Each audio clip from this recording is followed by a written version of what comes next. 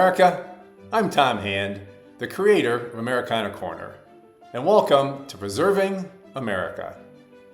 Today we are spotlighting one of our Americana Corner grant recipients, the St. John's Church Foundation in Richmond, Virginia. And joining us is Stephen Wilson as Executive Director. Stephen, welcome to Americana Corner. Well, thank you for having me, Tom. It's so good to see you, and thank you for Americana's support of the important work that we take on at the St. John's Church Foundation. Oh, it's money well spent, well invested, Stephen, so thank you for that. Hey, tell us about the mission of the St. John's Church Foundation. Sure. The St. John's Church Foundation was established in 1938 as a 501c3 nonprofit organization. Its mission is to spark a global appreciation for understanding the role that Patrick Henry's "Give Me Liberty or Give Me Death" speech had in setting America on its path to liberty for all, and to ignite the public's commitment for preserving the historic site where it happened. For those people who are watching this and don't know the backstory, tell us how a legislative assembly happened to meet in a church in Richmond, Virginia. Sure. In 1774, Lord Dunmore, who was the royal governor of Virginia, abolished the House of Burgesses. The elected leaders in Virginia no longer had a legal body, but they decided that they were going to meet without the governor on their own in a series of Virginia conventions. They're oftentimes referred to as Virginia Revolutionary Conventions.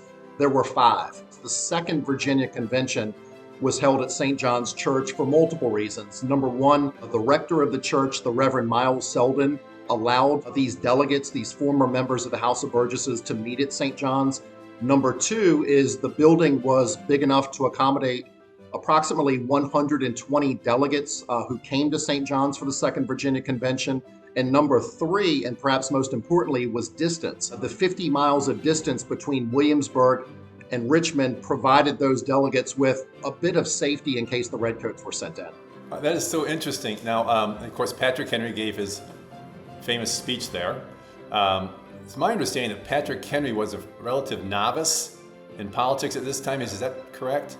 So Patrick Henry was 37 years old at the time of the Second Virginia Convention, so he was a relatively young delegate, and there were far more senior people there at St. John's. And in fact, when you listen to his speech, he'll start it with, "No man thinks more highly than I do of the patriotism and the abilities of the very worthy gentleman who had just addressed this House." He is showing respect to those more senior delegates than he is. But yes, he is a very young delegate at the time he gives the speech. Tell us about the reenactments. How often you have them, and is it interactive with the people that are there in the church at that time?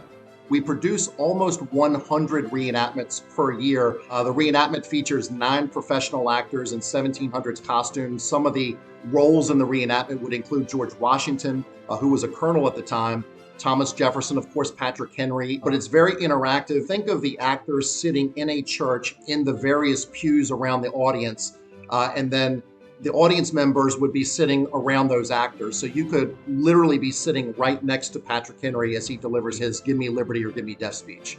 Let's shift gears just a little bit and talk a bit more in detail about the grant that we gave you, and tell us what impact you think it has, the feedback you get, and that sort of thing, for the reenactments that you put on for different visitors.